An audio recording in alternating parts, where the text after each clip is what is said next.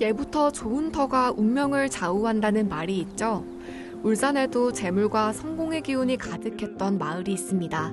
어떤 이야기가 숨어 있을까요? 선생님, 따뜻한 봄이 되니까 예쁜 옷 입고 봄나들이 가야 돼서 그런지 이것저것 사고 싶은 게 많거든요. 근데 돈은 부족해서 고민이 많아요. 돈이 문제구나. 네. 울산에 이 돈, 부자가 될 수 있는 아주 재물과 관련된 마을이 있는데 혹시 알아요? 아니요? 그러면 그곳에 가면 부자가 되나요? 그렇죠. 부자가 될 수 있는 기운을 받을 수 있는 거예요. 경남 의령에 가면 뭐 삼성 이병철, LG 구회장 등등 뭐 마을에 한 3명의 재벌이 나온 마을도 있거든요. 울산에도 2명의 재벌이 나온 마을이 있어요. 바로 그런 곳이 나영씨처럼 돈을 많이 갖고 싶으면 그런 기운을 받을 수 있는 거예요. 그럼 저도 얼른 그곳에 가서 이 기운을 잔뜩 받고 싶어요. 한번 그곳에 가봅시다. 네.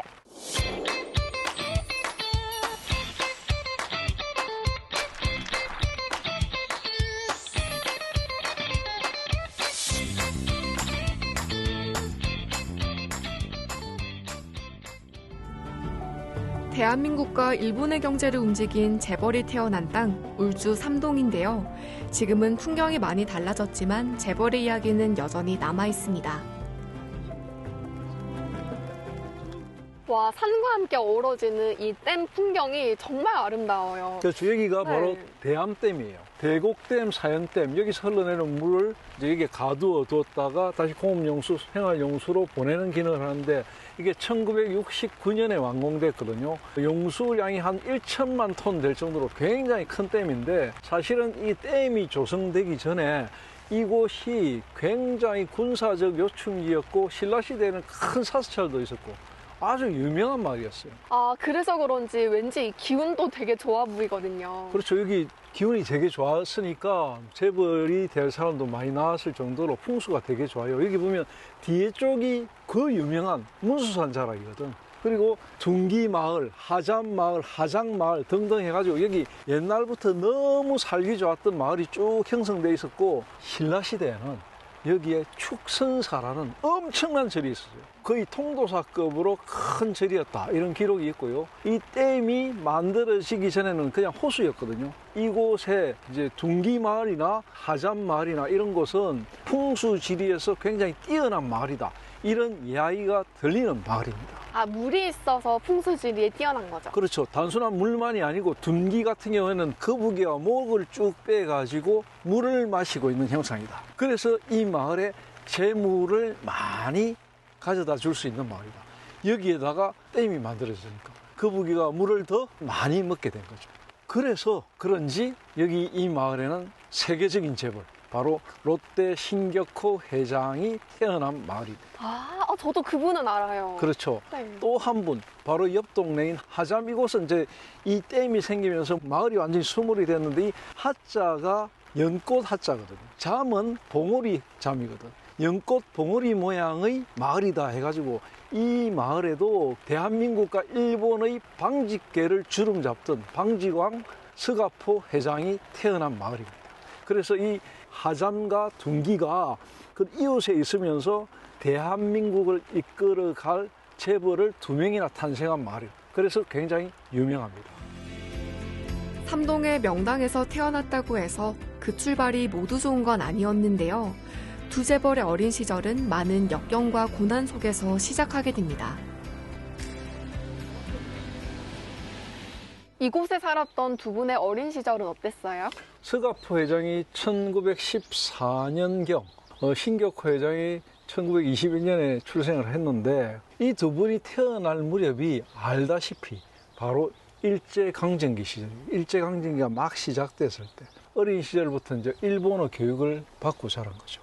서가포 회장 쪽의 집안은 굉장히 어려웠던 것 같아요. 너무 가난해가지고 어린 시절에 학교를 제대로 다니지 못했다는 게 뭐 지금 나와 있는 기록이고, 근데 반면에 신격호 회장 쪽은 집안에서 공부를 좀 시켜가지고 이제 언양공립학교까지 잘 나와가지고 18살 무렵에 시집도 했어요. 시집한 곳이 자기 적성하고 너무 안 맞는 거야.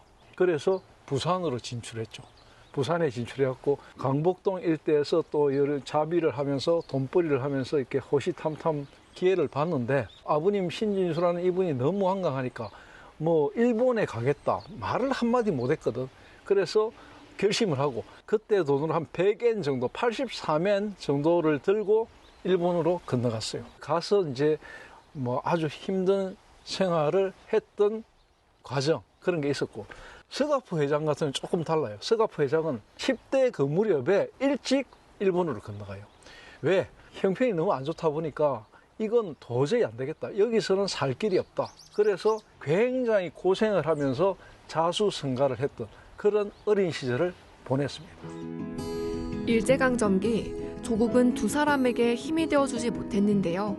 현실의 한계를 넘기 위해 일본으로 건너간 두 사람은 오직 성실함으로 기회를 노렸습니다. 신격호 회장은 언제부터 기업가의 길을 걷게 됐어요? 아버지 몰래 도일해가지고 청춘의 꿈을 펼치다 보니까 주경야독을 할 수밖에 없었고, 우유 배달을 하고 막 이렇게 어렵게 생활을 하면서 와세다 대학 화학과 야간 학부에 들어가서 자신이 나름대로 열심히 공부를 했죠. 그 당시에 자기가 아르바이트를 했던 곳이 전당포였는데 거기서 신격호 회장이 너무 성실하게 일을 하다 보니까 주인 눈에 들은 거죠. 전쟁이 끝나고 난 다음에 5만 엔인가 그때 돈으로 상당한 돈을 지어주면서 기름 짜내는 그런 공장을 세우면 유망할 것 같으니까 한번 시작하자 해가지고 시작한 게 첫 사업의 시작이었어요. 그 길로 해서 승승장구를 했으면 좋은데 사업 시작하자마자 폭격에 공장이 불타버리고 두 번이나 큰 실패를 했어요. 불가항력적으로 이제 공장이 파괴되고 이러다 보니까 돈을 대준 일본인 주인도 그냥 포기하고 그 사람은 고향으로 돌아갔어요. 거기서 좌절을 하지 않고 신격호 회장은 다시 일어섰는데 뭘로 일어섰을까요? 잘 모르겠어요. 꿈으로 일어난 사람이 신격호 회장이거든. 그때 당시에 일본에서 미군 군정이 끝나면서 미군들이 남겨간 문화 중에 껌 문화가 있어요. 그때 일본에 전국적으로 껌이 굉장히 유행했거든요. 일본에 놔두는 모든 껌을 다 수집해가지고 다 씹어간 거예요. 그래가지고 자기 나름대로의 독창적인 껌을 만들었어요. 여기에다가 기가 막힌 마케팅을 하나 했거든요. 그게 뭘까요? 뭐예요? 바로 미스 롯데. 미스 롯데? 약간 미스 코리아 같은 거예요? 그렇죠. 미스 롯데가 롯데 껌을 들고 도쿄 시내를 차를 타고 돌아다니는 그런 것을 연출한 거라. 그리고 상품을 주고 뭐 이런 식으로 이제 마케팅을 해가지고 선풍적인 인기를 끌었거든요. 한 몇 년 만에 일본의 껌 시장을 다 장악해버려요. 아, 그러면 그 길로 이렇게 사업이 확장이 되고 롯데의 출발점이네요. 그렇죠. 그렇게 시작이 미미하게 됐다가 엄청나게 커져가지고 1970년대, 80년대 이때는 그 영국의 포브스라는 경제 잡지에서 선정한 10대 재벌에 될 정도로 신격호 회장 개인 재산이 엄청 많았던 그런 사람이었고, 한국 전쟁을 기점으로 해가지고 우리나라에도 이제 진출을 하고, 그 뒤에 박정희 군사정부 들었을 때 여러 가지가 우리나라에 진출하면서 지금의 롯데가 된 것입니다. 수많은 실패 속에서도 끊임없는 도전 정신은 언제나 빛을 발하는 법인데요. 특히 지독한 가난에 시달렸던 서가포 회장의 이야기는 이를 증명합니다. 서가포 선생님의 이야기도 궁금해요. 서가포 회장은 일본에 어렵게 넘어가서 거기서 이제 똥장군도 지고 막 이렇게 생활을 했는데, 그러다가 이제 우연히 오사카에 있는 포목 상점에서 일을 하게 됐어요.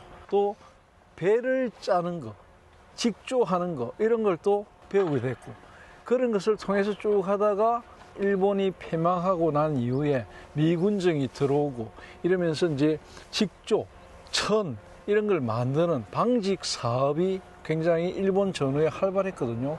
이런 것들이 돈이 되겠다, 방직 사업이 돈이 되겠다 생각을 해가지고 거의 다 쓰러져가는 방직회사 하나를 인수했고, 그러면서 점점 이제 방직회사를 키워갔죠. 놀랍게도 1950년 그리고 51년, 52년 이 무렵에 서가포 회장에는 엄청난 기회가 찾아왔어요. 한국 전쟁이 터지면서 일본의 방직 회사들이 풀 가동을 했거든. 그때 당시에 이제 자기가 만든 회사가 사카모토 방직이라는 판본 방직이라는 유명한 회사를 만들었거든요.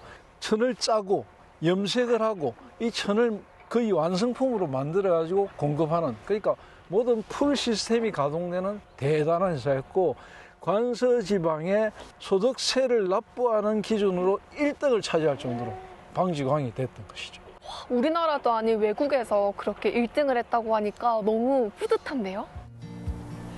성공한 이후에도 두 사람의 몸은 일본에 있지만 마음만큼은 늘 고향을 향해 있었는데요.